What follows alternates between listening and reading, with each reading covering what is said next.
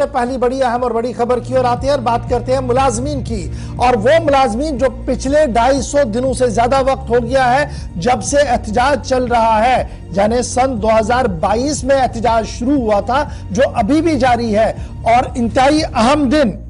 जो सामने है उसके बावजूद भी एहतजाज का सिलसिला जारी है। महाशिवरात्रि का त्योहार सामने है, इस बीच कश्मीरी पंडित माइग्रेंट्स लगातार एहतजाज कर रहे हैं। एहतजाज की बुनियादी वजह है 2-3 है, जिसको लेकर कभी प्रेस क्लब के बाहर धरने की कोशिश जिस पर पुलिस का शिकंजा, और कभी भारतीय जनता पार्टी के दफ्तर के बाहर भी एहतजाज किया गया। ताहम पिछले 2 दिन के दौरान भारतीय जनता पार्टी के दफ्तर के बाहर लगातार एहतजाज पर कश्मीरी पंडित एम्प्लॉयज बैठे हैं, जिनका मानना है कि मुकम्मल तौर पर रिहेबिलिटेशन पॉलिसी को इंप्लीमेंट कराया जाए और उनकी बाज़ाबातकारी को यकीनी बनाया जाए, और जो रुकी पड़े तनख्वाहें हैं वो अगर महाशिवरात्रि पर भी उन्हें नहीं मिले तो इससे बड़ी इंसानी हकूक की खिलाफवर्जी क्या है। इधर लेफ्टिनेंट गवर्नर ने आज यह साफ कर दिया, जिन लोगों ने कश्मीर आकर अपनी ड्यूटियों को ज्वाइन किया है उन सभी लोगों की तनख्वाहें वागुजार की गई हैं, और अगर किसी की भी रुकी है तो कल तक वो सारी वागुजार की जाएंगी।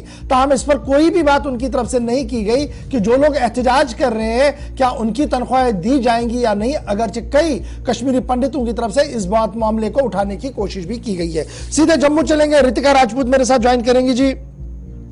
रितिका ठाकुर, बड़ा इंपॉर्टेंट यह है, जब हम कश्मीरी एम्प्लॉयज की बात कर रहे हैं तो हम पिछले 2-3 दिन से देख रहे हैं कि काफी ज्यादा उग्र ये प्रदर्शन हो रहे थे, पुलिस को सेक्शन 144 भी इंपोज करना पड़ा, लेकिन उसके बाद एक ग्रुप सामने आया जिन्होंने कहा कि अब जी वो भूख हड़ताल पर जाएंगे, और भारतीय जनता पार्टी जो त्रिकुटा का ऑफिस है उसके बाहर वो धरने पर बैठे हैं। खबर ये थी कि बीजेपी के लीडर्स के साथ उनकी मीटिंग हुई है। अभी की क्या ताजा खबर है? क्या ये एहतजाज खत्म हुआ है? क्या ये डेडलॉक जो था खत्म हुआ, या अभी डेडलॉक और बढ़ गया है? आपको बता देना चाहते हैं कि जितने भी तमाम पीएम पैकेज एम्प्लॉइज हैं वो भाजपा कार्यालय जो कि त्रिकुटा नगर में है उसी के बाहर थोड़े से विजुअल आपको दिखाते हैं। यहाँ पे पूरा अपना तामझाम लेके पहुंच चुके हैं, और इनकी तरफ से यही कहा जा रहा है कि जब तक इनकी मांगों को नहीं मान लिया जाता ये लोग यहाँ से नहीं जाएंगे। और इस वक्त आपको ये खाली इसलिए भी दिखाई दे रहा है क्योंकि तमाम जितने भी यहाँ पे कर्मचारी हैं वो लोग अंदर भाजपा कार्यालय में गए हैं, जहाँ पे रविंदर रैना के साथ अभी भी लगातार उनकी बातचीत चल रही है, और उनकी तरफ से लगातार अपनी मांगों को पूरा करने को लेकर एडमिनिस्ट्रेशन से गुहार करने की जो बात है उसी को आगे पहुंचाने को लेकर प्रयास किए जा रहे हैं। रितिका, जो मीटिंग हुई थी अभी थोड़ी देर पहले बीजेपी हेडक्वार्टर के अंदर, तो किन लोगों से इनकी मीटिंग हुई थी, उसमें क्या कुछ सामने आया है? आपको बता देना चाहते हैं कि जिस मीटिंग की बात चल रही थी वो अभी भी बातचीत लगातार अंदर हो रही है। यही वो एम्प्लॉइज हैं जिन्हें बातचीत करने के लिए रविंदर रैना खुद ऑफिस से निकल के पहले यहाँ आए थे, यहाँ से अपने साथ लेकर बातचीत करने के लिए वो इन्हें खुद ही अंदर लेकर गए हैं, और तब से लगातार बातचीत अंदर चली। अभी तक एक भी एम्प्लॉय दफ्तर से निकल के बाहर नहीं आया है, परंतु अगर इनकी बात नहीं भी मानी जाती तो इनके प्रदर्शन के खत्म होने के आसार दिख नहीं रहे हैं। कल की पूरी रात इन्होंने यहाँ निकाली, आज का पूरा दिन यहाँ निकला, और आज की रात यहाँ बिताने के लिए पूरे इंतजाम इन्होंने पहले से कर लिए हैं। तो क्या मैं ये समझूं कि महाशिवरात्रि का पावन त्योहार है उसको लेकर ये प्रोटेस्ट खत्म नहीं होगा, और लगातार कोशिश की इनकी तरफ से एक दबाव बनाने की कोशिश की जाएगी? अगरचे आज लेफ्टिनेंट गवर्नर मनोज सिन्हा साहब जगती में भी थे, मुट्ठी में भी थे, और कश्मीरी एम्प्लॉयज के हवाले से भी उन्होंने बात की, तो क्या उसका असर यहां पर दिखता हुआ नजर नहीं आ रहा है?